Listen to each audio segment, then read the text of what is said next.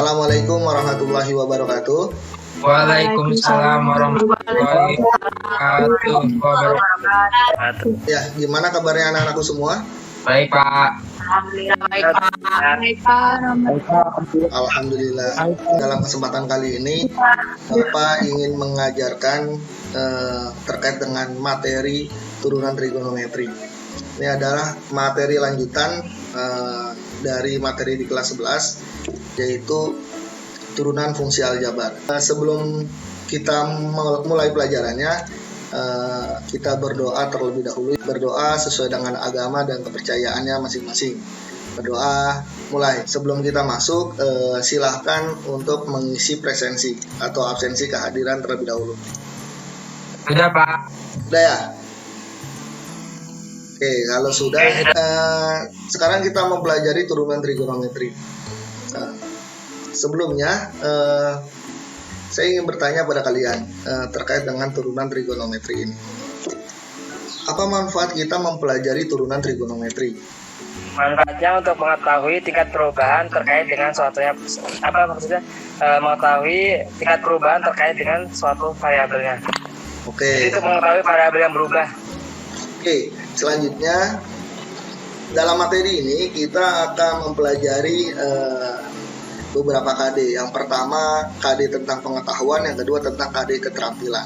Sedangkan untuk IPK atau indikator pencapaian kompetensi dalam pengetahuan yaitu ada 3 KD, 331 sampai dengan 333. Yaitu mendeskripsikan dan menggunakan konsep turunan yang pertama, yang kedua mendeskripsikan dan menggunakan konsep turunan fungsi sinus, kosinus, dan tangen. Yang ketiga, mendeskripsikan dan menggunakan konsep turunan perkalian, pembagian, dan berantai fungsi trigonometri. Ya, ini adalah IPK untuk pengetahuan. Sedangkan IPK untuk keterampilan juga sama, ada 3, yaitu 431, 432, dan 433. Nah, yang pertama adalah menyelesaikan masalah yang berkaitan dengan konsep turunan fungsi trigonometri. Yang kedua, menyelesaikan masalah yang berkaitan dengan turunan fungsi sinus, kosinus, dan tangen. Yang ketiga, menyelesaikan masalah yang berkaitan dengan turunan konsep turunan perkalian, pembagian, dan berantai fungsi trigonometri. Ya, ini adalah peta konsep turunan trigonometri. Tetapi dalam peta konsep ini kita fokus kepada 3 submateri. Yang pertama adalah turunan fungsi trigonometri menggunakan aturan penjumlahan dan pengurangan. Yang kedua adalah menggunakan turunan trigonometri dalam operasi perkalian dan pembagian. Yang ketiga adalah menggunakan turunan trigonometri dalam aturan rantai. Sedangkan stasioner, titik keseimbangan, nilai maksimum, nilai minimum itu akan dipelajari di pertemuan-pertemuan selanjutnya. Oke, ini adalah penemu dasar dari kalkulus. Jadi turunan trigonometri, turunan fungsi aljabar termasuk ke dalam sub bidang dalam matematika, yaitu masuk ke dalam kalkulus. Nah, ini adalah tokohnya yaitu Al-Khawarizmi. Terus ini adalah petunjuk umumnya, mohon dibaca. Dan juga sebelum memulai pelajaran, alangkah lebih baiknya kalian mencari referensi terlebih dahulu, boleh dari buku teks ataupun dari internet dan juga lain sebagainya. Nah, untuk bahan ajar dan LKPD nanti bisa kalian download di aplikasi psikologi. Oke, kita lanjut ke permasalahan yang pertama. Tentukan turunan dari fungsi fx sama dengan 7 sin 4x. Nah, nanti ini kita akan bahas permasalahan pertama ini sehingga nanti akan menghasilkan kesimpulan. Oke, ini adalah tadi tokoh-tokoh kalkulus, tapi yang terkenal adalah Newton dan Leibniz.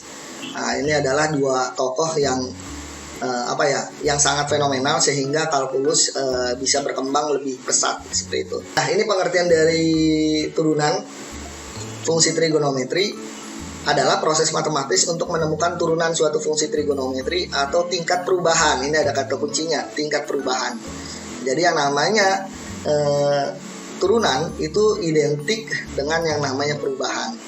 Nah, yang namanya perubahan berarti mengganti variabel yang ada di dalamnya. Misalnya sin x bisa diganti dengan sin theta, tetanya berapa, x-nya berapa. Contohnya turunan fx sama dengan sin x, ditulis f aksen a sama dengan cos a dan sebagainya. Selanjutnya, untuk turunan fungsi trigonometri.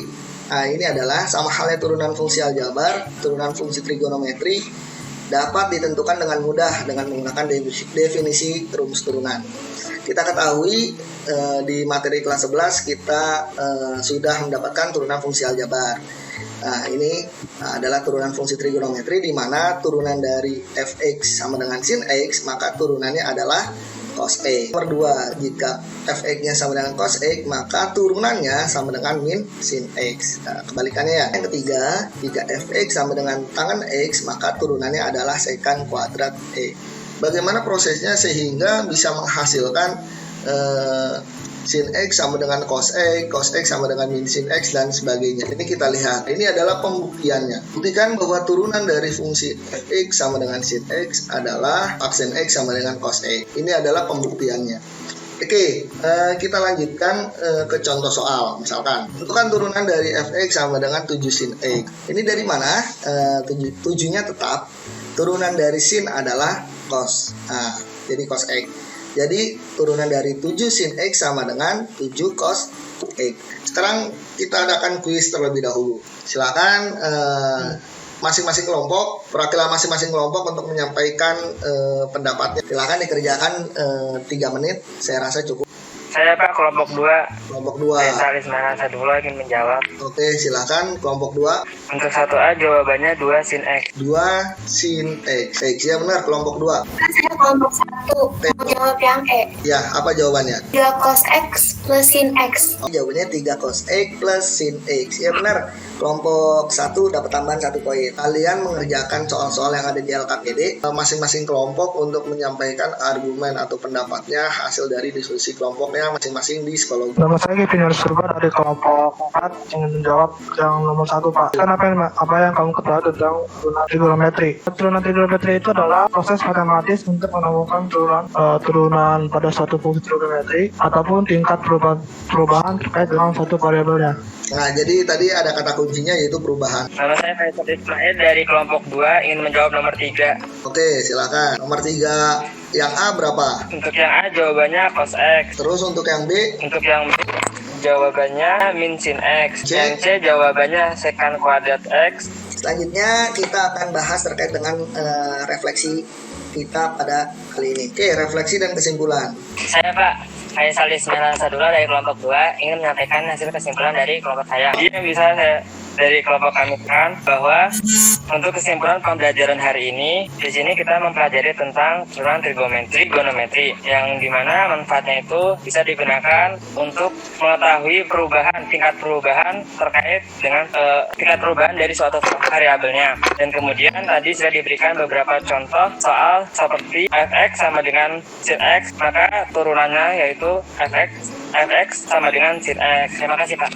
Iya, sama-sama. Dua kelompok sudah menyampaikan argumennya atau pendapatnya terkait dengan proses pembelajaran hari ini. Bapak rasa dicukupkan karena memang hampir semuanya tepat, yakni kesimpulannya adalah bahwa turunan fungsi trigonometri identik dengan yang namanya perubahan dalam bentuk sinus, kosinus, dan juga tangen, di mana yang mempengaruhi itu adalah variabelnya. Jika awalnya fx sama dengan sin x, maka turunannya itu sama dengan f aksen x sama dengan kosinus x. Jika kita mau merubah variabel x-nya menjadi misalkan 30 derajat, nah, maka berubah jadi f30 menjadi sin 30 dan juga lain sebagainya. Jadi intinya turunan baik dalam turunan fungsi aljabar maupun turunan fungsi trigonometri itu identik dengan yang namanya perubahan. Oke, itu refleksi dan kesimpulan kita pada proses pembelajaran kita hari ini. Mudah-mudahan bisa bermanfaat. Jangan lupa sebelum kita akhiri ada ada evaluasi dan juga latihan di psikologi. Silakan dikerjakan, nanti akan Bapak lihat untuk hasil dari evaluasinya apakah nilai kalian bagus atau tidak. Cukup sekian materi kita kali ini dalam turunan fungsi trigonometri. Kita sama-sama akhiri pertemuan kita kali ini dengan sama-sama membaca hamdalah, alhamdulillahirrahmanirrahim, dan juga berdoa sesuai dengan agama dan kepercayaan masing-masing. Berdoa sesuai dengan agama dan kepercayaan masing-masing. Berdoa dimulai. Ya, selesai. Terima kasih anak-anakku semua atas proses pembelajaran kita hari ini. Saya akhiri. Assalamualaikum warahmatullahi wabarakatuh.